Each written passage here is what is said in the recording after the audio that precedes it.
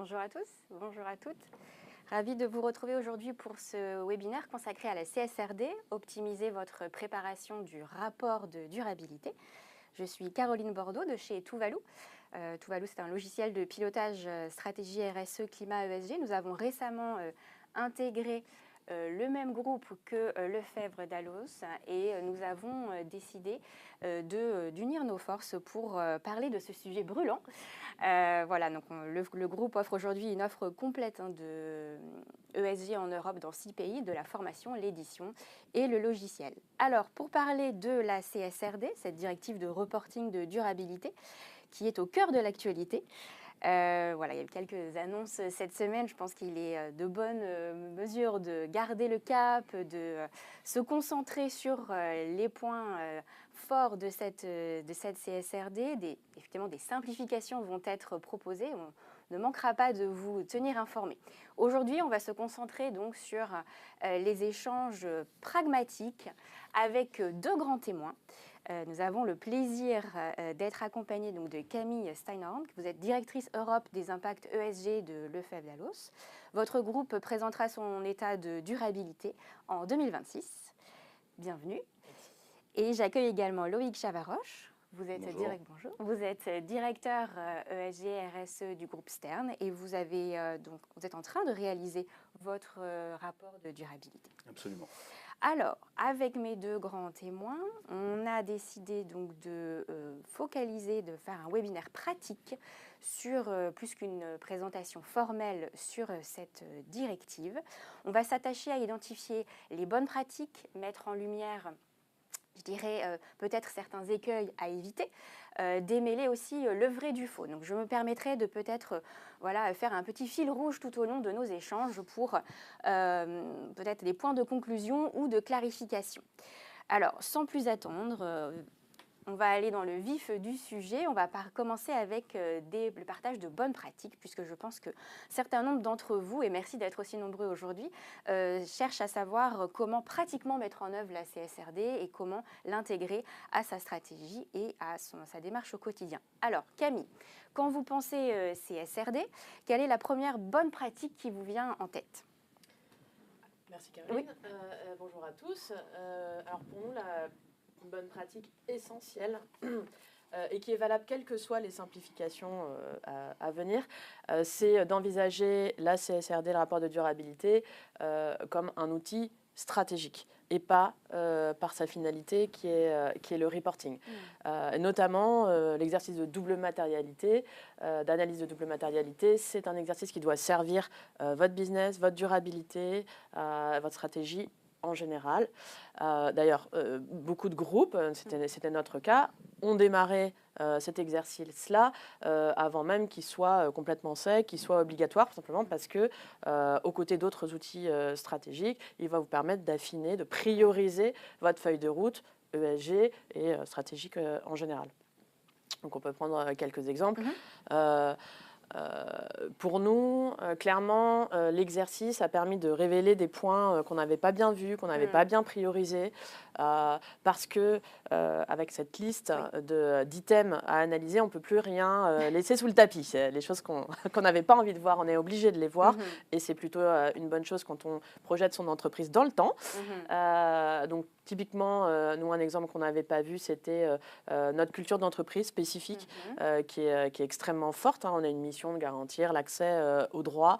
On ne la partageait pas assez avec tous nos collaborateurs. On la vivait pas, on la vivait dans notre quotidien, mais on avait tendance à l'oublier. Donc ça c'est un pan qu'on n'avait pas vu à ce point, tout comme le fait qu'on a un actionnariat familial qui, quand on parle de durabilité, est une garantie. Effectivement. Voilà. Donc là, on parle des sous-thèmes et des thèmes et des sous-thèmes. Voilà, la grande liste qui est Exactement. Vous êtes vraiment basé sur cette liste pour ne rien manquer. Pour ne rien manquer.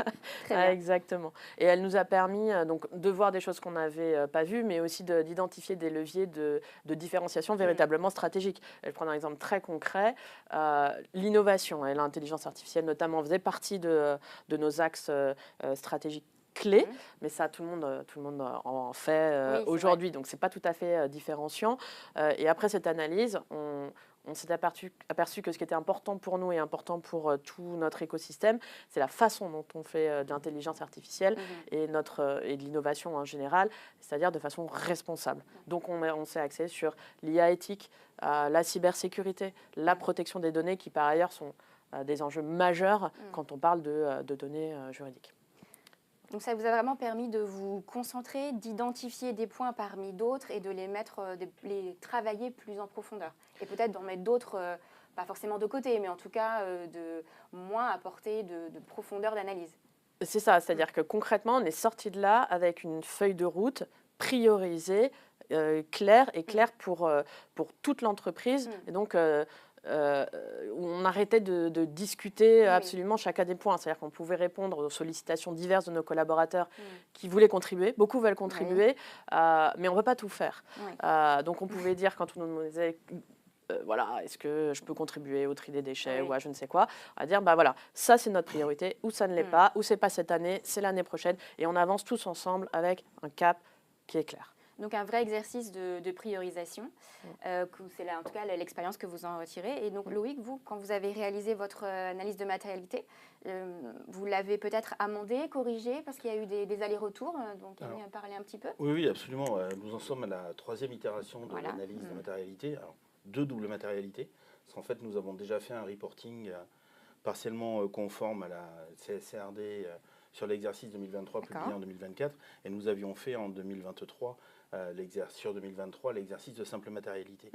La double matérialité et la simple matérialité sont des exercices extrêmement importants dans la CSRD, et même globalement dans le rapport de durabilité, pour aller plus loin.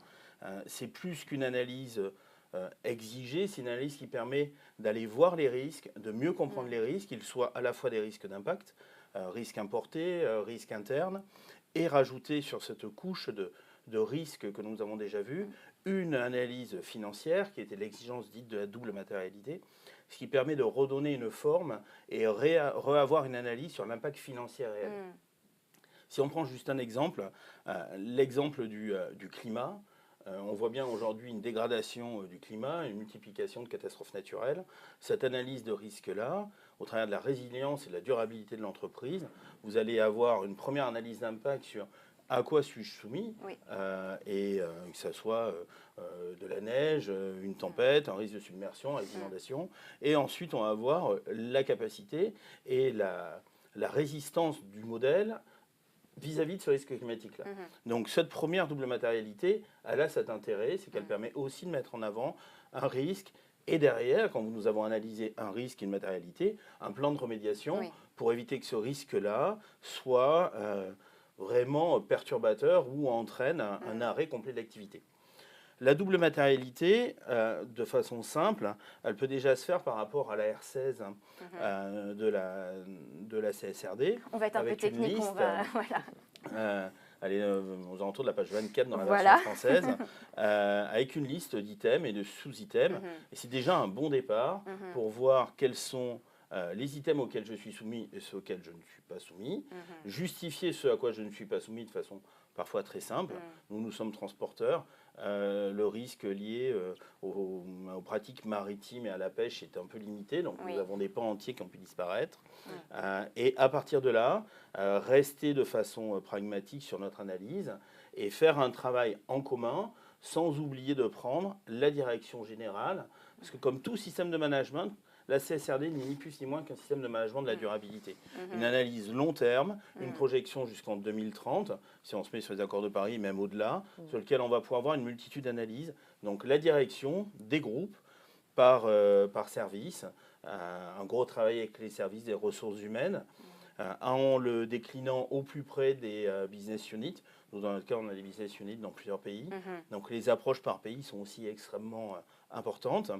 Et après, les compiler, les analyser, simplifier aussi sur certains contextes auprès des parties prenantes, garder un vocabulaire simple sur certains éléments, c'est-à-dire en effet l'équipe RSE, ESG, l'équipe du projet CSRD va elle traiter des sujets qui parfois vont être plus complexes et vont présenter une première épreuve épurée avec un autre vocabulaire, un vocabulaire proche de l'entreprise, avec le vocabulaire de l'entreprise auprès entre autres des parties prenantes internes, si on va questionner des opérateurs, si on va questionner les représentants des organisations syndicales, et idem auprès des clients, rester sur une simple matérialité, donc c'est-à-dire l'impact pur, et après réserver la double matérialité financière au service finance, au service de direction générale, direction commerciale, direction opérationnelle, et parfois, dans le cas de partenariats très forts ou un travail permanent avec un fonds, un avis avec les différents fonds d'investissement avec lesquels vous travaillez, qui peuvent donner une autre analyse de la double matérialité, au travers aussi de leur connaissance des autres participations. Donc c'est vraiment un travail qui est extrêmement structurant, déjà pour simplifier, parce qu'en sortie d'une double matérialité, vous ne répondez plus aux 1400 indicateurs présents. C'est-à-dire que vous en avez déjà enlevé une grosse partie pour rester sur vraiment l'essentiel, le cœur des indicateurs qui vous sont utiles. Et déjà, regardez les indicateurs que vous avez en interne, regardez ceux qui pourraient être pertinents à ajouter et partir la première année avec votre premier paquet d'indicateurs. Et petit à petit, observez ce qui pourrait être ajouté ou retiré pour finalement avoir un véritable outil de management, un véritable outil de gestion qui va vous accompagner. Progression dans le temps aussi. Exactement. Le bon sens, le bon sens paysan sur l'utilisation de la CSRD est toujours à garder. Si l'exigence ne vous est pas applicable, si l'exigence est trop décalée par rapport à votre réalité, bien justifier son exclusion de façon simple et continuer. Donc un des écueils, ce serait de vouloir tout adresser, prendre tous les sous-thèmes. Clairement. Et prendre se dire qu'il faut reporter sur l'ensemble des data points et ne pas se lancer ou s'autoriser à peut-être justifier des mises à l'écart de certains sujets. Je pense tout à fait. Un écueil, vous encouragez les entreprises à prendre la plume et se dire là, on pense que nous, après notre analyse, ce sujet n'est pas matériel. Ou alors, il peut être matériel, mais aujourd'hui, je n'ai pas un outil pour pouvoir le traiter en année N, eh bien, je l'analyserai plus précisément en année N+1, N+2. Un exemple, vous avez besoin d'un indicateur, par exemple en value chain, vous avez besoin d'un indicateur environnemental. Vous en apercevez vous devez reporter sur l'année 2024, vous en apercevez aujourd'hui. Il est trop tard pour le créer. Par contre, le créer au cours de l'année 2025, pour pouvoir réussir à le renseigner, à récupérer les informations et en 2026, du rapport sur 2025 l'utiliser, c'est tout à fait logique. Après, il faut juste documenter, l'expliciter. Par exemple, vous ne pouvez pas reporter sur une zone géographique ou sur un pays pour des raisons diverses et variées. Vous justifiez ce non-reporting et après, vous continuez sur le reste. On est vraiment dans une logique de divulgation, dans le sens où on n'a pas une obligation forcément d'avoir l'information, mais de dire si on l'a ou si on ne l'a pas. Et on peut tout à fait justifier de ces évolutions, donc garder le côté progressif de la CSRD. Merci pour ce premier retour. Je voudrais un petit peu avancer sur la question de la double matérialité et la question des parties prenantes. Comment impliquer efficacement ces parties prenantes? Quelles sont-elles? Est-ce que, Loïc, on peut avoir un peu votre retour sur ce sujet, vous qui avez peut-être plusieurs pays, plusieurs activités à prendre en compte? Alors, les parties prenantes sont déjà les premières principales sont vraiment les parties prenantes internes. Avec, ce que j'ai dit tout à l'heure, un adressage en fonction des métiers, en fonction des pays. Nous, on a une grosse présence sur l'Allemagne, l'Autriche et le Benelux. Donc, ce sont les équipes allemandes qui ont travaillé sur ces sujets-là. Avec leurs équipes pour travailler dans la langue du pays, c'est toujours beaucoup plus aisé. Ça permet aussi d'avoir un meilleur retour, de meilleures analyses. Une fois que vous avez eu ce socle-là, qui a déjà travaillé sur vous avez d'abord travaillé avec une équipe CSRD qui a élagué un peu le système, et après vous allez rester sur l'impact, mais vraiment que sur l'impact. En quoi ça va impacter notre activité? Quand on contacte aussi nos parties prenantes, n'oubliez pas d'avoir une bonne liste de... vos notations sont toujours la partie la plus complexe quand on parle avec une partie prenante. Donc il faut avoir une bonne liste de notations. Aujourd'hui, on arrive à trouver sur Internet une multitude de propositions, de notations et de tout dans les indicateurs pour savoir si on est en niveau 5, 4, 3, 2, 1. Pour qualifier, pour mieux qualifier, pour avoir à la fin une bonne notation et avoir une discrimination du risque.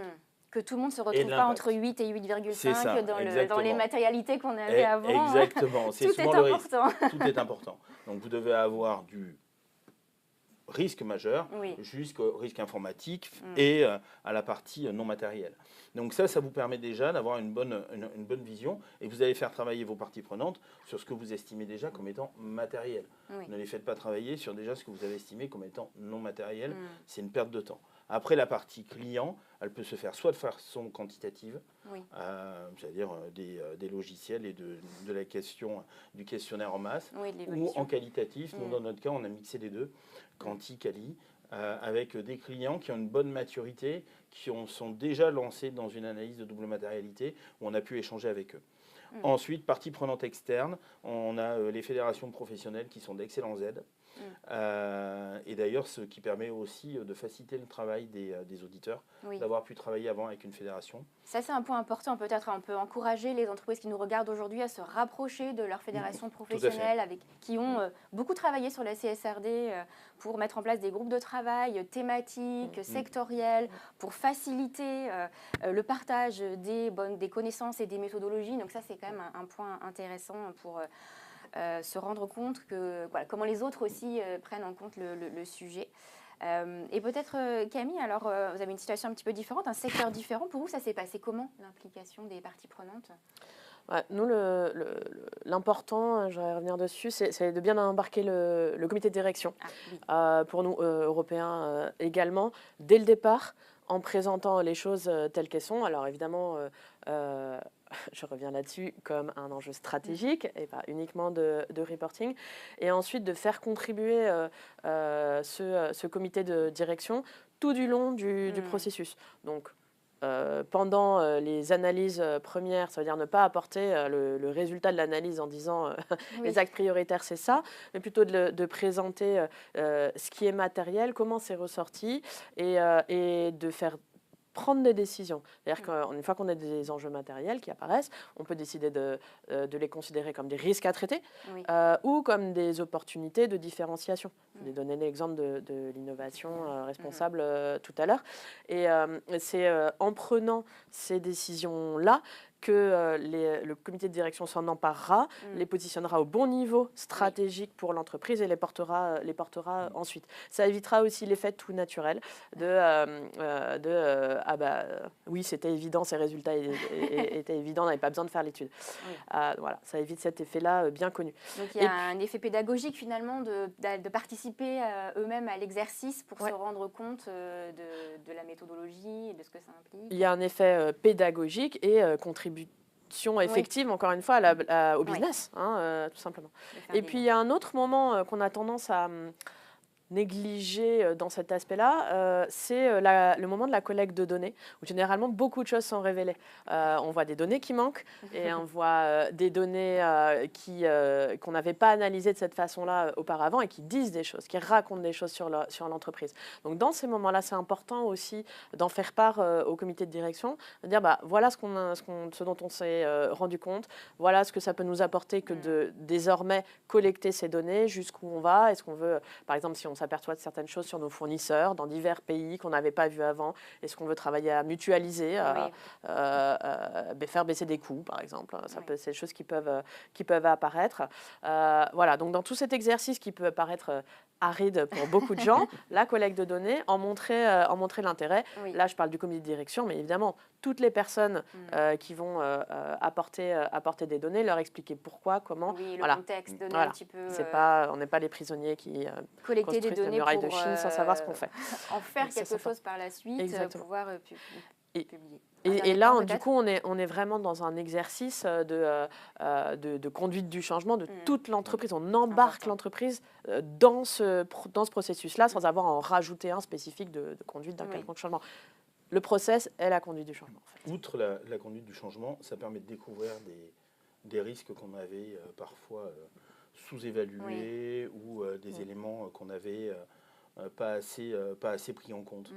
Et comme on a pu avoir une analyse qui va toucher une multitude de parties, par exemple les commerciaux, les opérationnels, les externes, et surtout aussi, nous dans notre cas, on a fait un gros benchmark des éventuelles matérialités, double matérialités présentes sur le marché, pour voir si à un moment on n'a pas oublié, ce que d'ailleurs les auditeurs appellent les pratiques de place, qui sont une véritable nécessité dans plusieurs pays, vous pouvez le regarder. Ça permet de voir un risque qui n'apparaît pas dans votre analyse de double matérialité, et ça doit juste vous permettre d'amener la question, ne pas dire que vous êtes trompé, mais d'amener la question, pourquoi je n'ai pas remonté ce risque, ou pourquoi je n'ai pas vu ce risque-là dans mon système. Dans mon contexte aussi, et dans mon contexte. Et à ce moment-là, ça permet de se repositionner et de mettre, toujours pareil, au travers d'une analyse simple, risque, impact, opportunité, avec une notion de délai, court terme, moyen terme, long terme, de se positionner et de bien pouvoir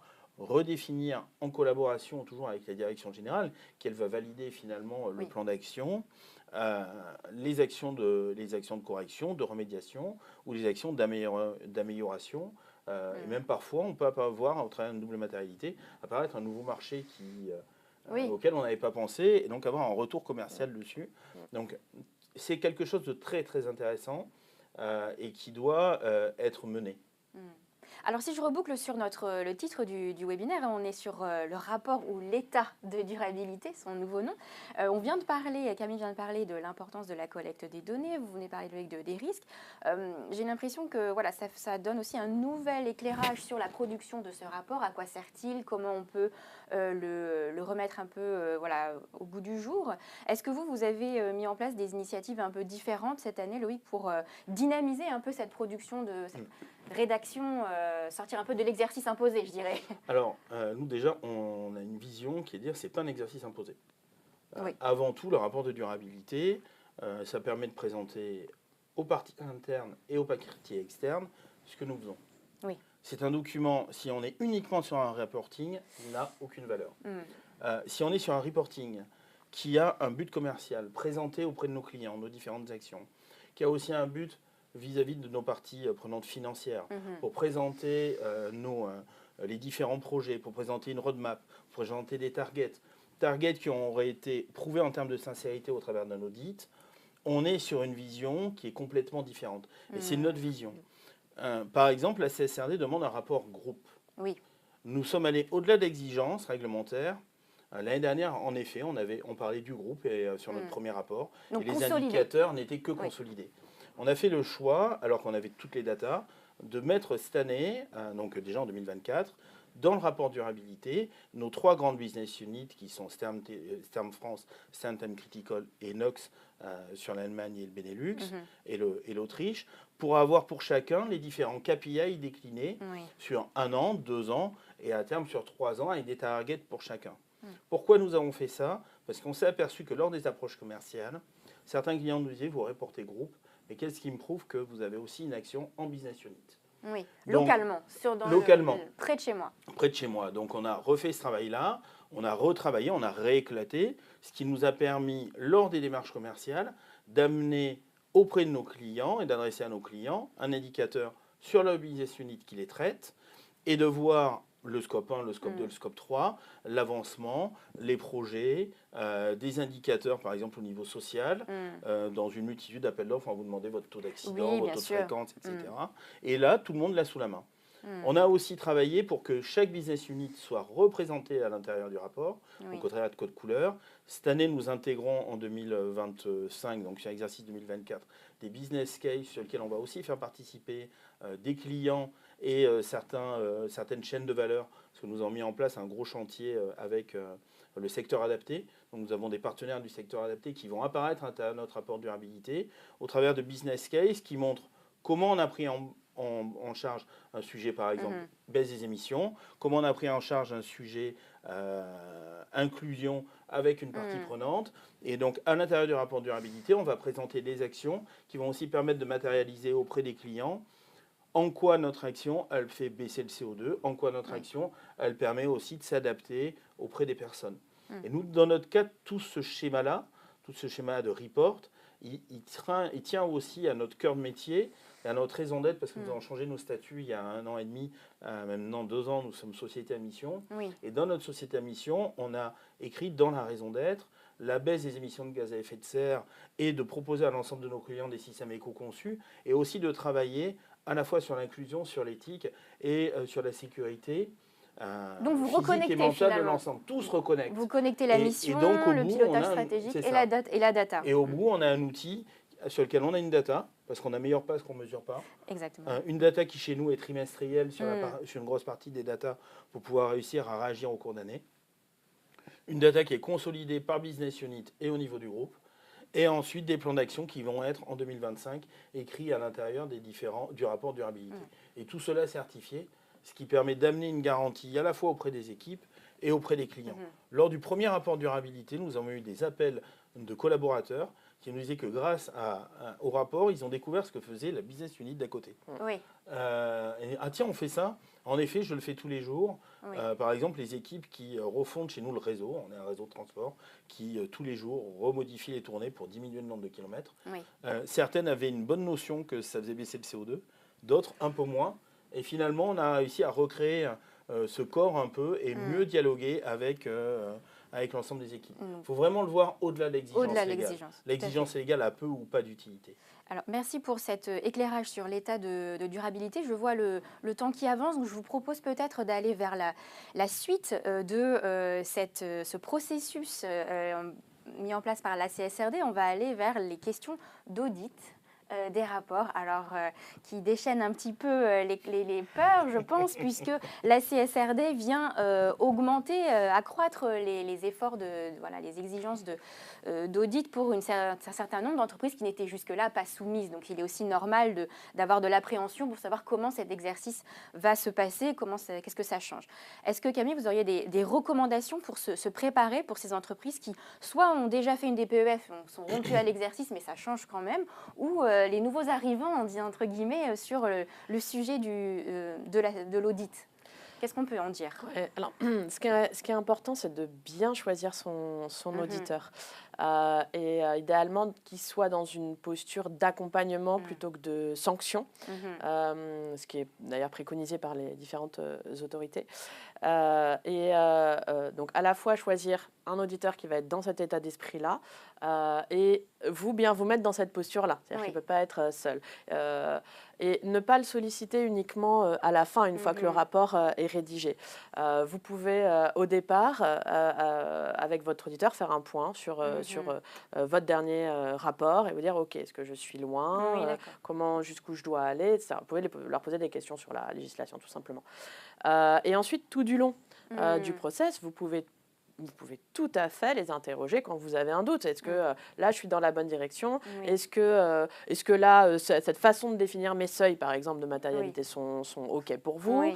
Est-ce que je dois aller jusque-là sur tel enjeu qui ne me semble pas matériel, mais est-ce que je peux le prouver comme ça? Voilà.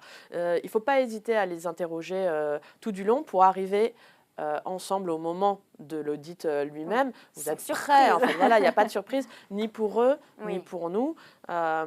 Et tout se passe bien, finalement. Donc c'est un dialogue. Alors on rappelle, les auditeurs n'ont pas une mission d'accompagnement, il y a une différenciation, voilà. Totale. Mais dans le rôle d'audit, ce n'est pas que de la sanction, ce n'est pas qu'à la fin. Ils ont la capacité et la possibilité de venir expliciter donc des points de méthodologie, de ce que je comprends, des points de réglementation, surtout dans cette première année un peu transitoire, on va dire. On a quelques recommandations sur ce que les auditeurs vont aller regarder. On nous dit que c'est beaucoup sur la construction justement de la matérialité. Donc comment vous préparez pour vous assurer que vous pouvez dialoguer sur ce sujet? Alors, nous, depuis la première année, on a fait un appel d'offres au départ pour les cabinets d'audit. On a sélectionné un cabinet d'audit qui est un petit cabinet d'audit français qui est au COFRAC, donc aucun souci. Donc COFRAC, c'est la... Qui sont enregistrés auprès l'attestation. L'attestation en tant qu'organisme tiers indépendant, c'est même nécessaire. Et dès le début du travail avec Théos, on a recherché des validations jour après jour. Par exemple, quand on a fait la première matérialité, et même encore là, sur la remise à jour d'itération double matérialité, on avait des questions, on l'a renvoyé entre autres sur des questions de seuil, sur le court terme, moyen terme, long terme. On leur a envoyé nos propositions, nous on dit oui, elles nous vont. Donc on avance étape par étape.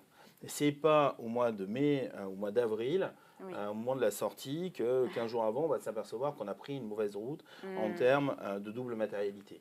Ils vont, au travers de la double matérialité, il y a une logique de procédure qu'ils vont regarder, c'est-à-dire comment vous avez expliqué votre double matérialité, comment vous l'avez documenté. Ce travail-là, il est vraiment nécessaire de faire en interne, de bien avoir ces notations sur un fichier Excel ou autre, mais de savoir exactement ce que vous avez écrit et pourquoi vous avez fait les choix. Il vaut mieux trop en mettre que pas assez en mettre et devoir après se rejustifier. Mais l'auditeur, c'est plus c'est pas une sanction au terme de la CSRD, c'est un partenaire pour vous permettre d'aller plus loin. Il a aussi une vision des pratiques de place, donc il va pouvoir vous dire ce choix-là, je l'ai jamais vu, ou ce choix-là, en effet, j'ai déjà vu sur plusieurs types de sociétés. Donc il ne fait pas du conseil, il fait un constat pur, il est vraiment dans son rôle, et vous devez travailler main dans la main avec lui. Aujourd'hui, par exemple, nous commençons les audits avant la fin de l'année. Par exemple, sur les données CO2, comme les données CO2 remontent tous les trimestres, dès le mois de septembre-octobre, nous commençons l'audit CO2 sur le S1 pour le semestre 1, pour pouvoir réussir à commencer à valider les données et nous assurer qu'en fin d'année, les pistes d'audit sont déjà partiellement commencées et on ne va pas aller chercher des données qui ont déjà plus d'1 an et demi. Et donc, ça vous permet de sécuriser votre temps et avancer. Mais réellement, l'auditeur est là pour vous aider. Nous, on avait dû écrire une exclusion l'année dernière sur 2 pays qui nous posaient des problèmes en termes de reporting par manque de data. Et on leur a proposé très tôt un texte qui nous ont fait refaire plusieurs fois. Parce qu'au début, ça ne leur correspondait pas, pour justifier la non-utilisation et le non-reporting sur ces pays. Et donc le jour où on a publié le rapport pour qu'ils le lisent, le texte ayant déjà été validé, on a gagné plusieurs semaines, mais on le fait en fait au fil de l'eau. Et grâce à ça, ça vous permet aussi de limiter les mauvaises surprises en fin d'audit et d'avoir des annotations sur votre rapport d'audit qui peuvent amener à douter sur une sincérité ou certains éléments. Alors, je vais reprendre peut-être des mots de vocabulaire. Vous avez parlé de piste d'audit. Donc, c'est un petit peu un nouveau mot, ou une nouvelle expression. C'est finalement là. Est-ce que vous avez peut-être des précisions sur ce sujet ? Alors, un exemple de piste d'audit que nous avons quasiment tous, l'énergie. Une facture d'un fournisseur énergétique, c'est une piste d'audit. S'assurer que le nombre de kilowatts qui ont été écrits à l'intérieur de votre bilan carbone pour calculer votre scope 1 est bel et bien la réalité, que le nombre de litres de gazoil ou le litre de différents carburants que vous avez consommés sont bel et bien la réalité. Donc pour avoir ça, la piste d'audit, ce sont les différentes factures. Alors nous, dans notre cas, c'est les preuves d'audit en fait. Nous, on est sur des multiples. On est sur un gros mix énergétique pour les véhicules, donc il faut des preuves d'électricité, des preuves de gaz, GNV, de biogaz, des preuves d'HVO, des preuves de B100, c'est en fait des consommations, et donc ils vont regarder chacune des factures pour s'assurer que les éléments qu'on a mis, et qui dans notre cas sont vraiment constitutifs de notre métier et nos émissions de gaz à effet de serre, sont bel et bien sincères et répondent bien à la réalité.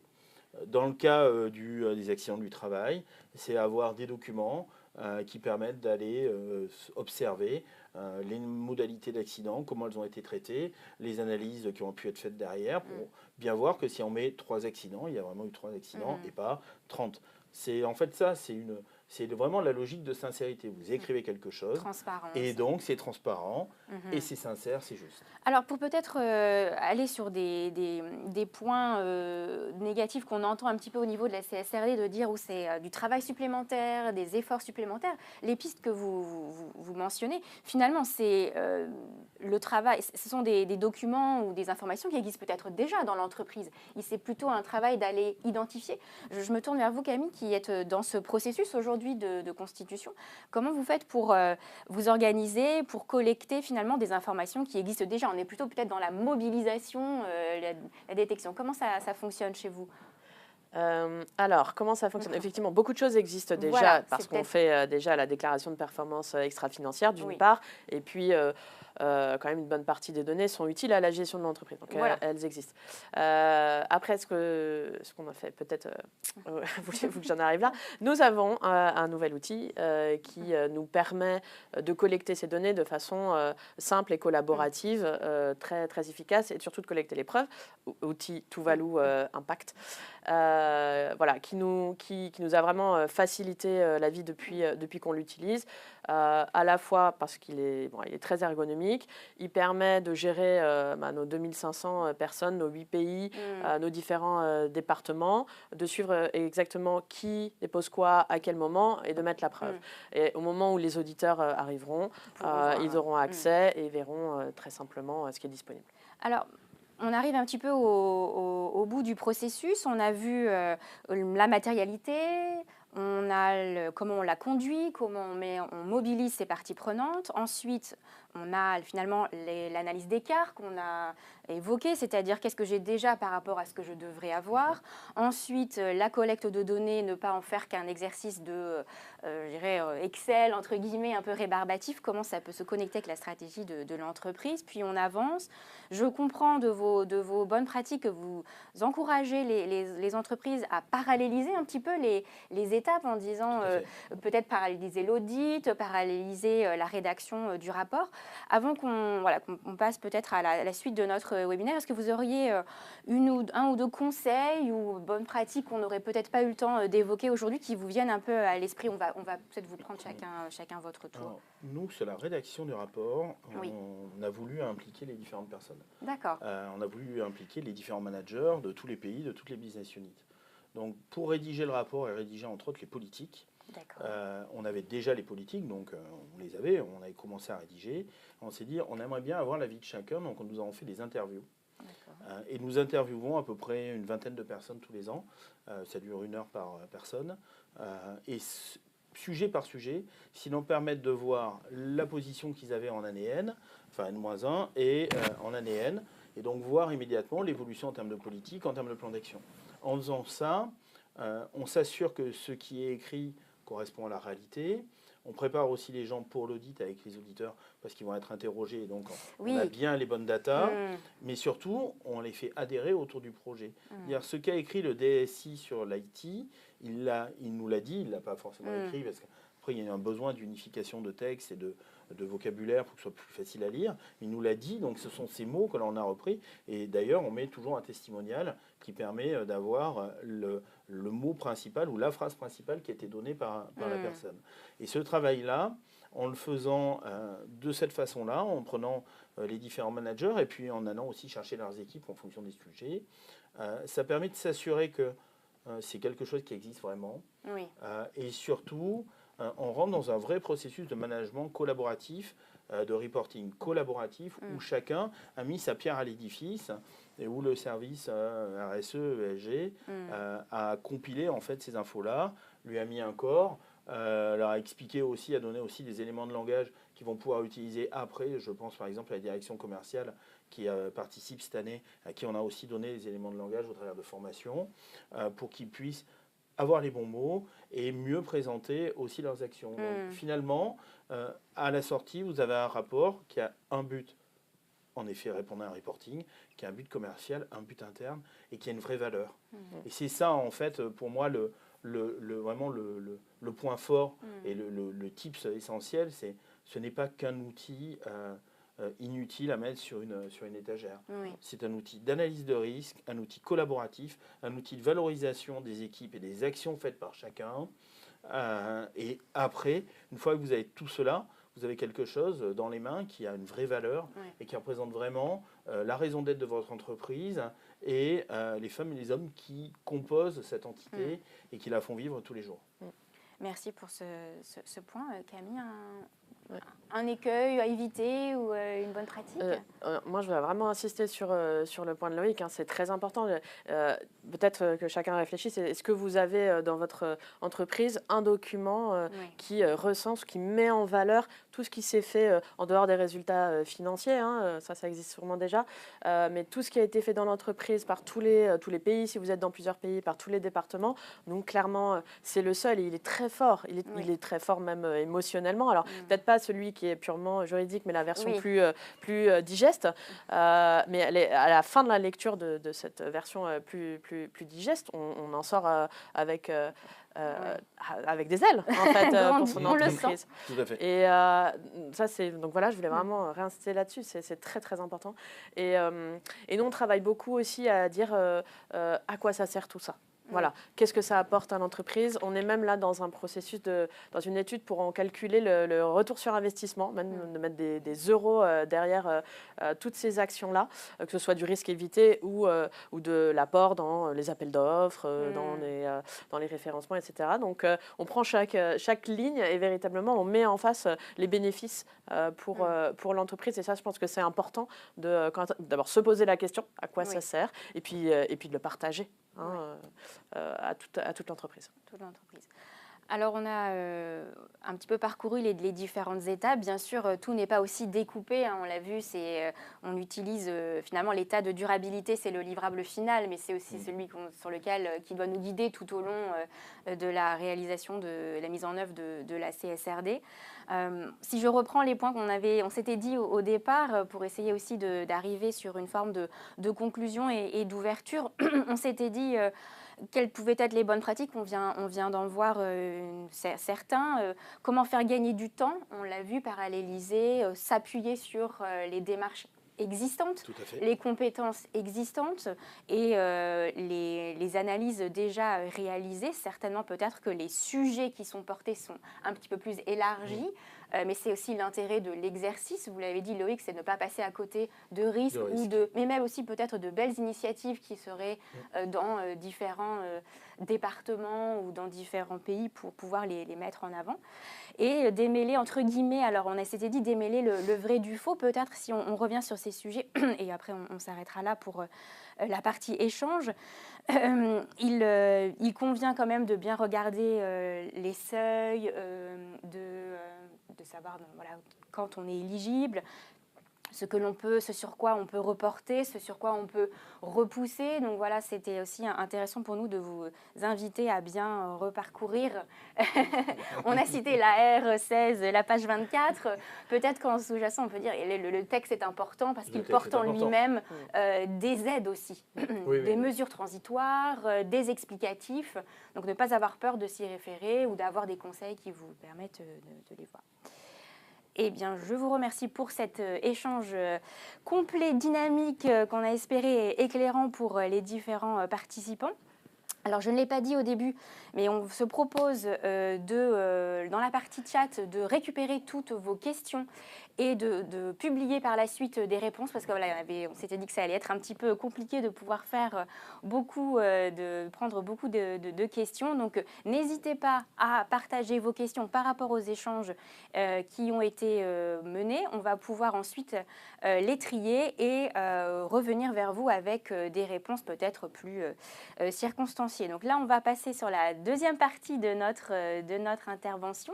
Je remercie très chaleureusement nos différents intervenants. On reviendra à vous, Camille, pour quasiment un petit peu avant la fin, pour les présentations des différentes offres après. Là, je vais vous proposer une petite démo de l'outil, comme on s'était dit. Alors, je vais regarder comment je peux faire. Voilà, je ne suis pas sûre que j'ai tout ce qu'il me faut. Donc, hop, j'essaie de...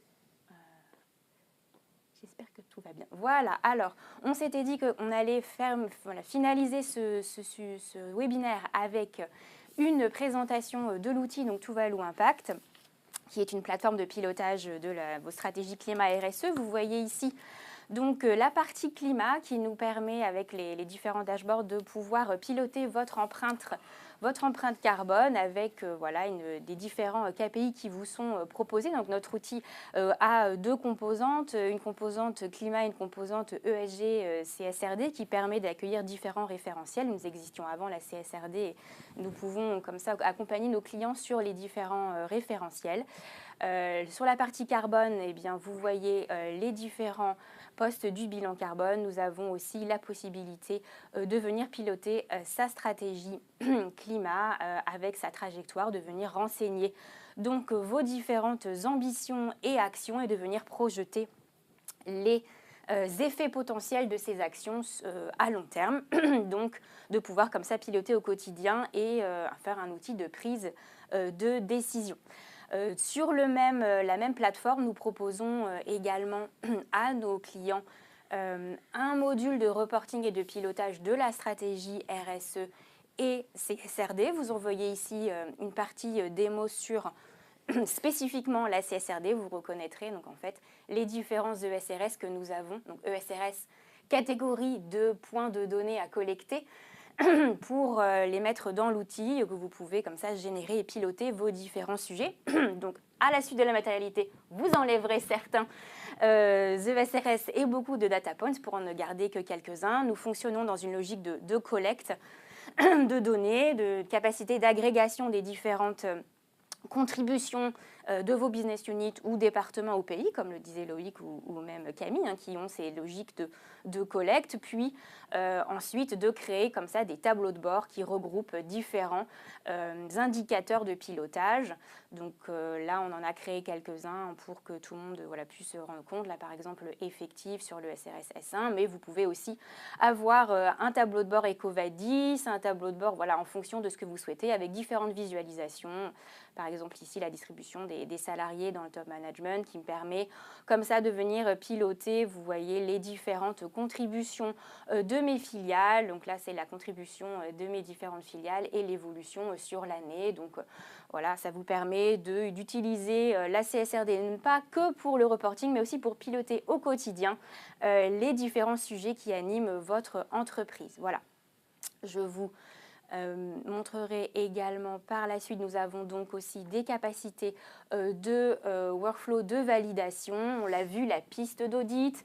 Vous avez peut-être un certain nombre de contributeurs. Donc là, ce module vous permet de venir vérifier l'état d'avancement de votre collecte, de trouver les personnes qu'il faut aller gentiment relancer pour identifier des différentes des informations. Et puis, nous avons une partie validation qui nous permet d'avoir un système de validation des données et qui envoie des notifications aux différents pilotes et collecteurs. Voilà, donc le sujet de notre plateforme qui nous permet de piloter et de reporter un exercice de bilan carbone et de conformité réglementaire et aller au-delà. Nous, vraiment, on a à cœur avec nos équipes d'experts d'accompagner les entreprises dans la transformation et vraiment d'utiliser les KPI pour piloter, puisque nous avons une section de pilotage où on peut venir voir piloter différentes actions et voir qui a fait quoi et se projeter comme ça dans l'avenir.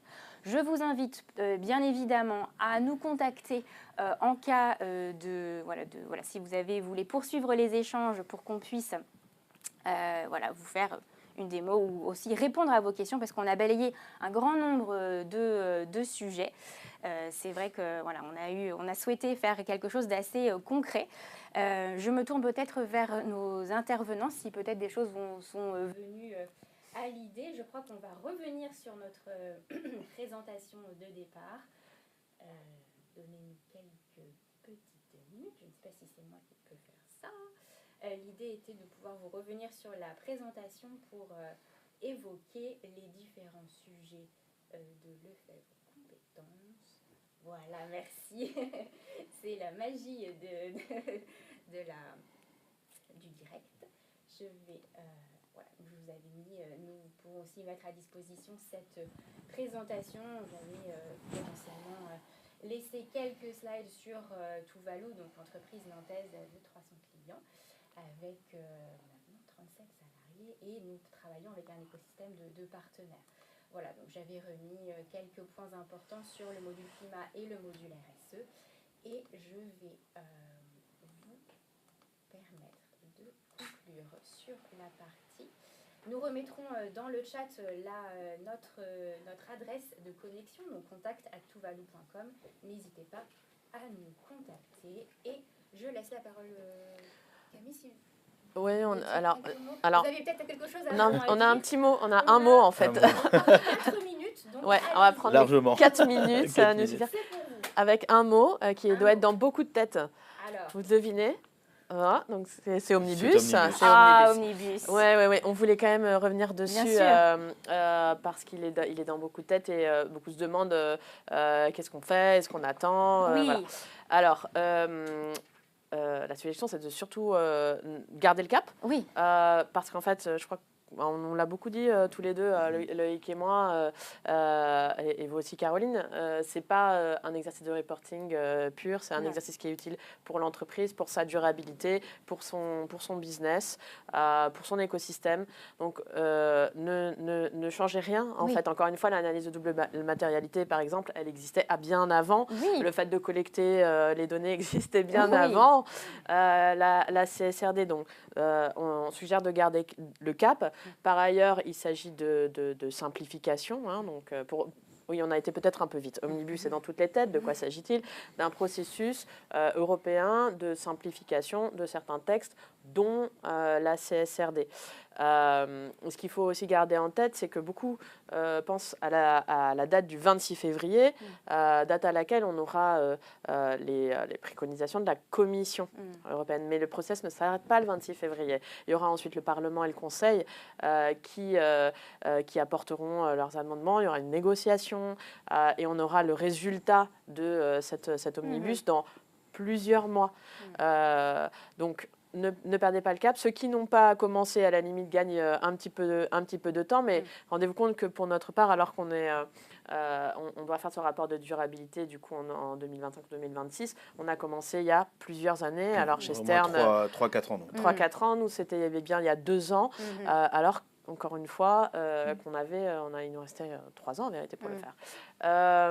Donc n'attendez pas, poursuivez les efforts, je dirais. Oui, absolument. Omnibus est un projet global. N'oublions pas qu'en droit français, on a déjà transposé la CSRD. Donc on a aussi des phénomènes de retransformation et de modification de différentes transpositions. Il y a des points très positifs sur une logique de simplification sur une CSRD, CS3D pour le devoir de vigilance, taxonomie, entre autres. Au travers de cette simplification-là, avoir une meilleure lecture et avoir un travail plus aisé. Mais n'oublions jamais que ce reporting, s'il est bien mené et si on va au-delà de l'exigence réglementaire, disons je ne le fais pas que pour mettre un document sur un serveur, c'est quand même le principe de base de la CSRD, pouvoir tout mettre avec un format barbare sur un serveur de la commission pour une analyse croisée des entreprises, on est sur un outil de valorisation et d'accompagnement des différentes équipes, à la fois au niveau commercial, au niveau opérationnel. C'est aussi un bon outil d'intégration. Ça permet de faciliter la lecture auprès des nouveaux arrivants. Donc, clairement, oui pour la simplification, mais par contre, c'est une simplification qui va prendre du temps, plusieurs années. On va dans le bon sens en se simplifiant, c'est très clair, mais surtout, ne jetez pas tout ce que vous avez mis en place. Ne vous arrêtez pas si vous êtes en train d'interroger vos parties prenantes, parce que malgré tout ce travail, vous en allez en avoir besoin. Parce que si on reste sur une logique pure d'analyse de risque, qui est l'impact premier, l'analyse d'impact, c'est ni plus ni moins qu'une analyse de risque qui est un peu guidée au travers de sujets que l'on va égrener, sur lesquels on va rajouter une analyse financière. C'est quelque chose que nous devons avoir, quelle que soit l'organisation dans laquelle on est. C'est ce qui permet d'avoir le premier sens de la durabilité et la résilience de l'entreprise pour la faire durer sur plusieurs années. Donc c'est un vrai bel outil qui a besoin d'être simplifié, très clairement. On y a passé des jours avec Camille dessus et on sait qu'il y a des parties un peu sur lesquelles il y a un peu de gras. Voilà, ne pas oublier le but premier d'un reporting, quel qu'il soit, de durabilité pour faire durer une entreprise. Et toute la partie pilotage et stratégie qui est portée dans la CSRD, bien au-delà des fameux data points, ça invite beaucoup quand même les entreprises à se positionner et à se saisir de ces sujets. La CSRD porte une politique, mais en réalité dans une entreprise, c'est la direction générale et l'ensemble des membres de cette entreprise-là ou de cette organisation qui rédige la politique, qui prépare la politique, qui donne la ligne et qui applique la politique. La CSRD n'est pas un outil qui vous dit il faut une politique. Normalement, vous devez avoir une politique. C'est un outil qui va vous aider. Vous avez peut-être oublié certaines politiques. Nous, on a découvert quelques-unes qui, en effet, étaient intéressantes de rajouter. Très bonne checklist. Mais voilà, restons sur cette vision-là, restons sur cette logique-là. On a un outil qui nous permet d'aller plus loin. Il sera simplifié, j'en ai aucun doute, et tant mieux. Mais on ne va pas non plus jeter tous les reportings. Les seuils seront sûrement modifiés. Et en effet, les seuils étaient trop bas. Donc voilà, continuez, ne vous arrêtez pas, avancez. C'est un temps long, ce travail. Donc nous, c'est 4 ans, Lefebvre 3 ans, chez Lefebvre Sarru, Dalloz. Donc il va falloir un petit peu de temps pour le faire. Donc ne vous arrêtez pas, continuez. Et attendons de voir le premier G le 26 et les G suivants qui vont durer quelques mois. Merci beaucoup pour cette conclusion un peu et ouverture sur voilà, l'actualité qu'on ne pouvait pas ignorer, qui est forte cette semaine et dans les prochaines à venir. On voulait aussi vous remettre à l'écran quelques formations disponibles. Est-ce que Camille, vous voulez en dire 2 mots Oui, alors regardez, chez le FEF d'Allos Compétences, on a une 50aine de formations sur les sujets RSE, dont celle-ci sur le rapport de durabilité. On vous engage à les suivre. De toute façon, nos formateurs se mettent au goût du jour, suivent l'actualité de très près. On a des newsletters d'ailleurs que je vous engage aussi à suivre, parce qu'il se dit beaucoup de choses sur les législations en général européennes, en particulier sur la CSRD. On a toute une équipe de rédacteurs, d'experts, de journalistes dont la fiabilité est totale. Donc, voilà, donc je vous engage vraiment à le suivre, à suivre ces newsletters-là notamment. Et puis, on édite des documents, donc là, on adaptera avec le temps, mais qui sont accessibles tout un chacun. Là, vous avez CSRD Essentials qui est lisible par tout le monde. C'est une 50aine de pages. Une version plus costaud pour ceux qui aiment lire les textes, mais qui aiment avoir tout en un seul ouvrage. C'est ça, voilà. Ça, c'est très pratique. Vous avez CSRD consolidé. Les 2 réalisés notamment avec le rapporteur de la CSRD au Parlement européen, donc avec ceux qui font la loi. Encore une fois, c'est une façon d'être certain de la fiabilité de ce que l'on lit. Merci beaucoup. Je voudrais remercier nos intervenants pour je dirais la transparence et la sincérité de vos échanges, aussi de vous engager sur des sujets qui sont d'actualité et de permettre, je l'espère, aux participants d'avoir un petit peu démystifié et reparti avec des bonnes pratiques, des écueils et un petit peu une feuille de route pour la suite. On vous remercie de votre participation. On espère qu'on en refera peut-être d'autres occasions de se revoir dans d'autres webinaires. N'hésitez pas à contacter, on mettra les informations à disposition, donc les intervenants pour avoir des informations complémentaires sur leurs témoignages, Lefebvre d'Allos Compétences pour des formations et Tuvalu pour des questions sur notre logiciel de pilotage. Je vous souhaite une très bonne journée. À bientôt. Bonne journée, merci. Au revoir. Au revoir.